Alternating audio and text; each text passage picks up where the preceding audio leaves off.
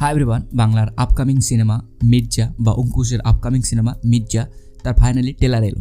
তো এই সিনেমাটার যখন টিজার বা ফার্স্ট লুক বলতে পারেন যখন এসেছিলো, তখন আমি এটা নিয়ে অনেক ক্রিটিসাইজ করেছিলাম। এই জন্য ক্রিটিসাইজ করেছিলাম যে অঙ্কুশ এরকম অনেক ট্রেলারেরই বলেন কিন্তু আসে না, তো সেই জন্য আমি আন্তরিকভাবে দুঃখিত। আর এর আগে আমি একটা কথা বলি যে আমরা রিসেন্ট লাস্ট যে ভিডিওটা করেছিলাম যেখানে দেবের একটা সিনেমা বলেছিলাম যে খাদান কেন আমার কাছে ভয়ের মনে হয়েছিল, তো অনেকে গালিগালাজ দিয়েছেন। তো তাদের আমি একটা কথা বলবো, আপনারা হয়তো নতুন হয়তো দেব বা জিতের ফ্যান হতে পারেন, বাট আমরা হচ্ছে সেই সময়কার ফ্যান যখন দেবের পাগলু সিনেমা এবং দেবের আরও পুরাতন সিনেমাগুলো দেখেছি এবং আমরা সেই জন্য ফ্যান হিসাবে অন্যান্য ফ্যানদের সাথে মারপিট পর্যন্ত করেছিলাম। কিন্তু সময়ের সাথে সাথে আমরা বুঝতে শিখেছি যে না, যদি কোনো কন্টেন্ট ভালো না হয় আর সেটা যদি আমরা ভালো না বলি, তাহলে আমাদের পছন্দের নায়কটা একটা সময় বিলুপ্ত হয়ে যাবে বা হারিয়ে যাবে। আর সেই জন্য আমাদের যেটা করতে হবে সেটা হচ্ছে যে আমাদেরকে সেই জিনিসগুলো কোনটা ভালো কোনটা খারাপ দিক সেটা আমাদেরকে অবশ্যই বলতে হবে, যাতে ইনডাইরেক্টলি বা ডাইরেক্টলি আমাদের যে পছন্দের হিরো তার কাছে সেই জিনিসটা যেন পৌঁছায়।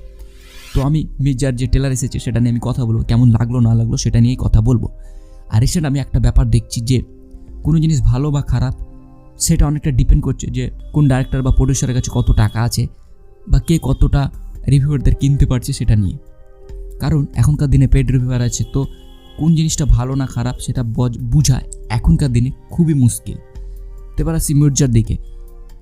যদি আমি মির্জার ওভারঅল ট্রেলারের কথা বলি, তো এটা খুবই ডিসেন্ট একটা ট্রেলার।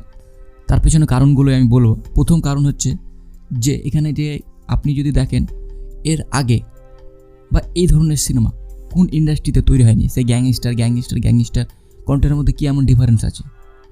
তো এই জিনিসটা আমাকে সিরিয়াসলি বড্ড বোরিং বেকার লেগেছে। দ্বিতীয়, এখানে নায়িকা নেওয়া হয়েছে অন্দ্রিলাকে।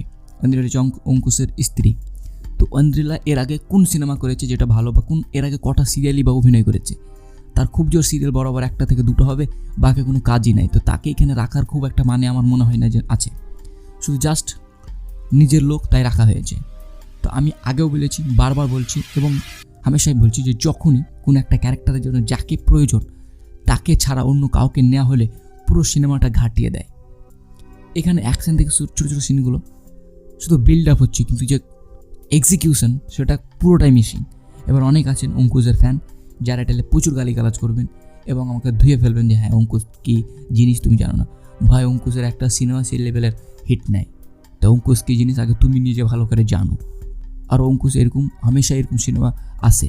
প্রথম দিকের সিনেমাগুলো কমেডি ছিল, অঙ্কুশ কমেডিতে খুব ভালো, কিন্তু অ্যাকশনের ক্ষেত্রে যখনই করার চেষ্টা করেছে ঝুলিয়ে রেখে দিয়েছে। ঠিক আছে, তো আমাকে সিরিয়াসলি বলছে এই ধরনের আমি আশা করিনি। আমি ভেবেছিলাম যে মির্জার মধ্যে যথেষ্ট একটা কন্টেন্ট থাকবে, একটা বেস থাকবে, একটা জিনিস থাকবে যেটাকে সুন্দরভাবে অ্যাকশনের মাধ্যমে ফুটিয়ে তুলবে এবং যে নায়ক তার যথেষ্ট মোটিভ থাকবে।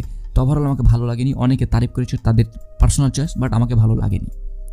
টেক কেয়ার, বাই, ভালো থাকবেন এবং আপনাদের মতামত অবশ্যই কমেন্ট করে জানাবেন, সেটা অনেকটা মূল্যবান।